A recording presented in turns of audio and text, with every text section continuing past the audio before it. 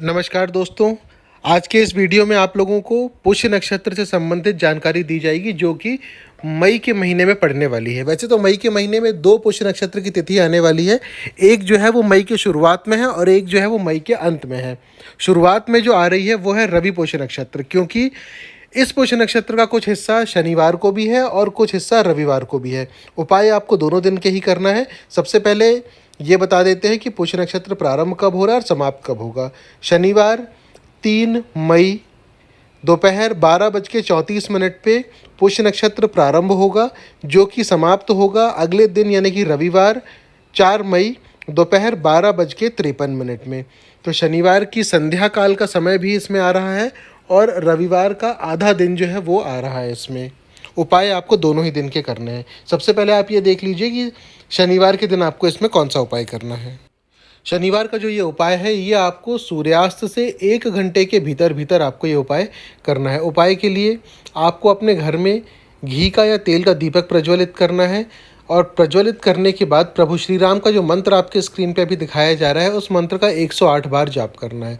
जब ये हो जाए तो उसके बाद बजरंग बली का जो मंत्र आपके स्क्रीन में अभी दिखाया जा रहा है उसका 21 बार जाप करना है। ये दोनों चीज़ें जब हो जाए तो उसके आपके घर के पास में कहीं पर भी कोई पीपल का अगर पेड़ हो तो उस पीपल के पेड़ के नीचे आपको जाना है। इस शनिवार जो पुष्य नक्षत्र वाला शनिवार है उस यानी कि 3 मई की शाम को आपको जाना है और जा कर के वहाँ एक सरसों के तेल का दीपक प्रज्वलित करना है। शनिदेव से प्रार्थना करनी है।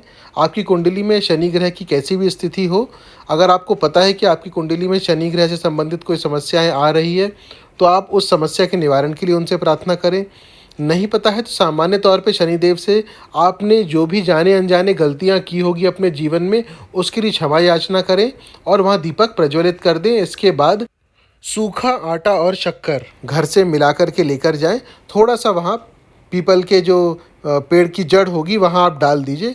वहाँ पर काली चींटियाँ होंगी, उन चींटियाँ जो है वो चींटियाँ उस आटे शक्कर को खा लेंगी। ये लक्ष्मी प्राप्ति और धन प्राप्ति का एक अचूक उपाय है। दिन बहुत ही खास है, पुष्य नक्षत्र है, शनिवार का दिन है। आज से प्रारंभ करके इसे आप 43 दिन तक करिए, आपको निश्चित तौर पे फ़र्क देखने को मिलेगा। दीपक जो सरसों के तेल का है वो आप चाहें तो हर शनिवार प्रज्वलित कर सकते हैं। अगर आप रोज़ भी प्रज्वलित करना चाहते हैं तो भी आप कर सकते हैं, नहीं तो हर शनिवार को आप करिए। और जो शक्कर और आटा आपको डालने कहा है, ऐसा नहीं कि बहुत सारी मात्रा में डाल देना है, थोड़ी सी मात्रा में ही डालिए। आप ले जा करके वहाँ डाल सकते हैं जिससे कि काली चींटियाँ जो है वो उसे खाएं और जब चींटियाँ उसे खाएंगी तो उसका लाभ आपको निश्चित तौर पे मिलेगा। ये लक्ष्मी प्राप्ति का एक अचूक उपाय है। अब चलते हैं रविवार के उपाय की तरफ। रविवार के उपाय बताने से पहले मैं चाहूँगा कि जो लोग इस चैनल पर नए हैं या पहली बार आए हैं चैनल को सब्सक्राइब ज़रूर कर लें और बेल आइकन जो घंटी का चिन्ह है उसे दबा लें, जिससे कि भविष्य में अपलोड किए जाने वाले किसी भी वीडियो की जानकारी सबसे पहले आपको प्राप्त हो सके। रविवार पुष्य नक्षत्र जो है वो दोपहर 12:53 तक रहेगा। प्रातःकाल आपको उठ के सूर्योदय से पहले आपको उठना है, ध्यान रखिएगा। इसलिए उठना है क्योंकि जो उपाय आपको इस रवि पुष्य से आपको बताया जा रहा है या जो करना है वो आपको सूर्योदय के समय ही प्रारंभ करना है, इसलिए आपको उठना उसके पहले ही पड़ेगा। रविवार के दिन सूर्योदय आप अपने कैलेंडर में देख लीजिए कि आपके स्थान में कितने बजे हो रहा है, या इंटरनेट पे भी आप देख सकते हैं। सूर्योदय से ठीक 5 मिनट पहले अगर आप देखेंगे तो आपको सूर्य जो हैं वो लाल रंग के एक गेंद की तरह दिखाई देते हैं। वो जो समय रहता है वो सूर्य त्राटक करने का सबसे अच्छा समय रहता है, क्योंकि थोड़ी देर के बाद धीरे धीरे करके सूर्यदेव की जो रोशनी है वो और ज़्यादा तीव्र होने लगती है, बढ़ने लगती है। सूर्य त्राटक हर वो व्यक्ति कर सकता है जो अपने जीवन में मान सम्मान, यश, प्रतिष्ठा, देशाटन की प्राप्ति करना चाहता हो, निश्चित तौर पे कर सकता है, क्योंकि सूर्यदेव जो है वो मान सम्मान से जुड़े हुए ग्रह हैं। किस प्रकार से आपकी प्रतिष्ठा बढ़ेगी, और सबसे बड़ी बात यह है कि ग्रहों के राजा भी हैं। तो सूर्य त्राटक आप 30 सेकंड करिए, 10 सेकंड करिए, जितनी देर भी आप कर सकते हैं आप करिए। बस ये ध्यान रखिएगा कि आंखों को नुकसान ना हो, ज़बरदस्ती कोई भी चीज़ नहीं करना है। तो सूर्य त्राटक करने का आप प्रयास करिए। इसके बाद सूर्यदेव को जल अर्पित करिए मंत्र के उच्चारण के साथ। जो मंत्र आपके स्क्रीन पे दिखाया जा रहा है, सूर्यदेव को जल अर्पित करते समय जैसे फ़ोटो आपको दिख रही है आपके स्क्रीन पे कि दोनों हाथ कंधों के ऊपर है, जिन लोगों ने पहले किया है वो जानते हैं। ध्यान रखिएगा सादा जल और उसमें कुछ शक्कर के दाने बस। अगर गन्ने का रस आपको मिल जाए तो बहुत अच्छा है, नहीं मिल रहा है तो कुछ शक्कर के दाने और सादा जल ये मिला करके आप सूर्यदेव को अर्पित करें। जल ऐसे डालें कि जल आपके पैरों पे ना लगे, किसी गमले में आकर के वो जल गिरे और आपके पैरों को स्पर्श ना हो। वहीं सूर्यदेव से खड़े होकर के आपकी जो भी इच्छा है वो आप प्रार्थना करिए उनसे, अपनी इच्छाओं को पूरा करने के लिए आप बोलिए।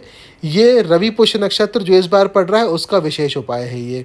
सूर्य त्राटक आप 21 दिन करके देखिए, निश्चित तौर पे आपको फ़र्क समझ में आएगा कि किस प्रकार से आपके दिनचर्या में परिवर्तन हो रहा है, आपके अंदर एक सकारात्मक ऊर्जा का प्रवाह हो रहा है, आप किस तरीके से अपने कार्य को और बेहतर तरीके से कर पा रहे हैं। ये सारी चीज़ें आपको देखने मिलेगी। दोस्तों एक बात और है, उपाय करने का ये अर्थ नहीं है कि आप बस उपाय करके घर में बैठ जाएंगे और आपके सारे कार्य हो जाएंगे।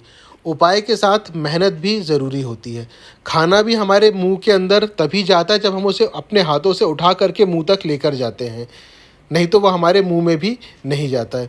इसीलिए जब तक कि आप मेहनत नहीं करेंगे, प्रयास नहीं करेंगे, आपको फल नहीं मिलेगा। इसलिए प्रयास करना, कर्म करना बहुत आवश्यक है। उपाय भी एक प्रकार का कर्म ही है।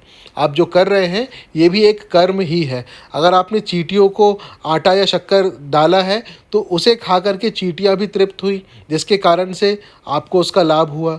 चींटी भी किसी न किसी ग्रह से ही संबंधित है।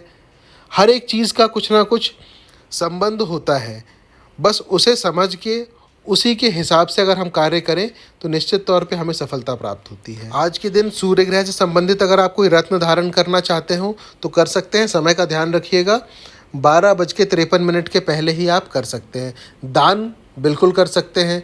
दान कभी भी आप करिए, ज़रूरतमंद को करिए।